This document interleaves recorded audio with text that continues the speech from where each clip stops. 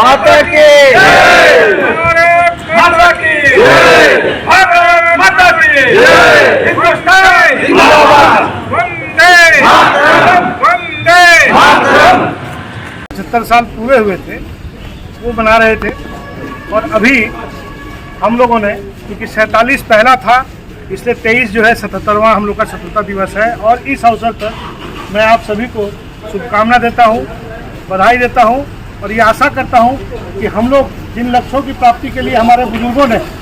इस देश को आज़ाद कराया था वो लक्ष्य अवश्य प्राप्त होंगे। लेकिन चूंकि हम लोग एक छोटी जगह धनबाद में खड़े हैं तो हमारे भी कुछ लक्ष्य हैं जिन लक्ष्यों को लेकर हम लोग आगे बढ़े और धनबाद में जीवन रेखा ट्रस्ट जहाँ आज हम खड़े हैं इस ट्रस्ट की कंपाउंड में, वहाँ पे हम लोगों ने एक प्रयोग किया था 2003 और वो प्रयोग ये था कि धनबाद के लोगों को अच्छी चिकित्सा सुविधा मिले और सस्ती सुविधा मिले। हम लोगों ने लगातार ये प्रयास किया और 2016 में हम लोगों ने एशियन ग्रुप के साथ टाइप किया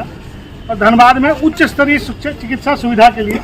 हम लोगों ने शुरुआत की। लेकिन ट्रस्ट अपने उस काम को जिस काम को लेकर आगे बढ़ा था उससे पीछे नहीं हटा। ट्रस्ट ने कई सारे प्रयोग किए, जैसे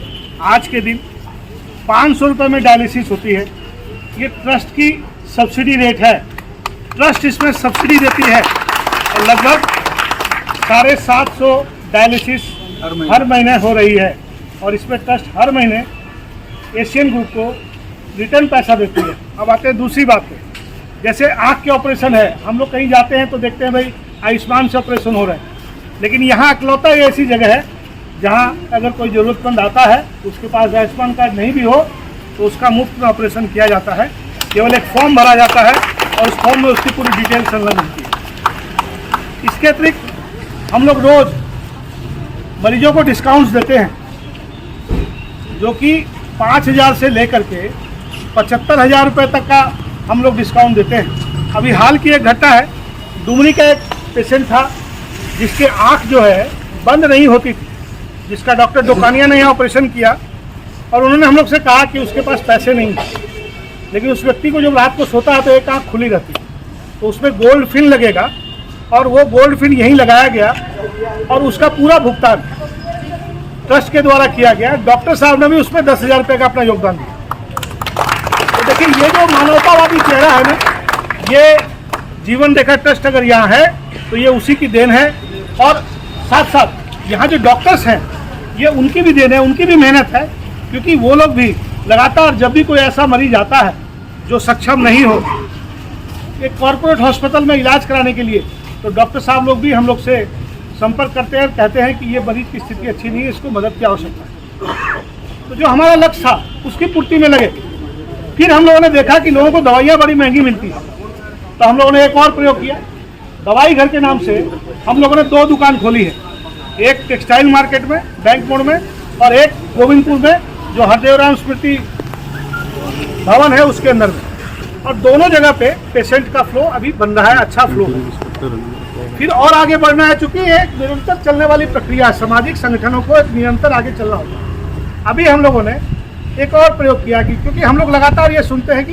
लोगों को एम्बुलेंस की दिक्कत आती है, कार्डियक एम्बुलेंस नहीं आती है, उसकी प्रॉब्लम्स होती है, तो हम लोगों ने एक कार्डियक एम्बुलेंस, एक इको एम्बुलेंस और एक पुरानी इको एम्बुलेंस, इस तीनों को हम लोग इकट्ठा करके 3 एम्बुलेंस का एक समूह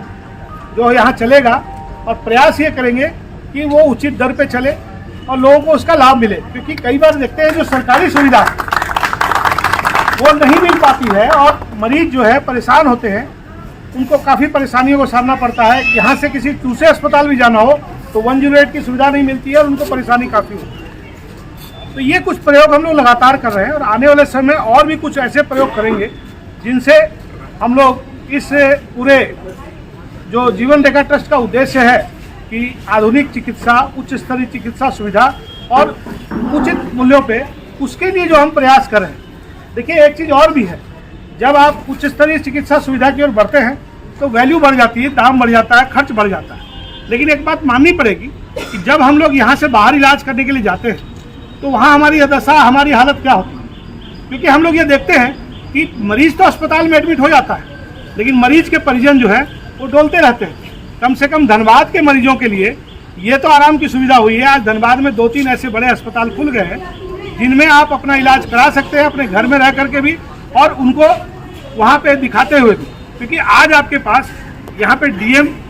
यहाँ पे MCH डॉक्टर अवेलेबल है जो सर्जरी के सबसे टॉप होते हैं, जो मेडिकल फील्ड के सबसे टॉप डॉक्टर्स होते हैं। आज धनबाद में सारे टॉप डॉक्टर्स यहाँ पे अवेलेबल हैं। तो मैं ये कह सकता हूँ कि जो हम लोगों ने प्रयास शुरू किया था वो प्रयास जारी है और आगे भी हम लोग करेंगे। एक बात और, पैसे का अभाव है, किसी का इलाज नहीं हो रहा। हम लोग ये भी प्रयास करते हैं कि कोई मरीज अगर ऐसा है जिसके पास पैसे नहीं है, जिसके पास पैसे की कमी है, उसको जितना संभव हो सके उसको मदद करें और उसके इलाज में उसको कमी नहीं हो। ये हम लोग का प्रयास लगातार जारी रहता है। वो किस वंदे मातरम, जय हिंद।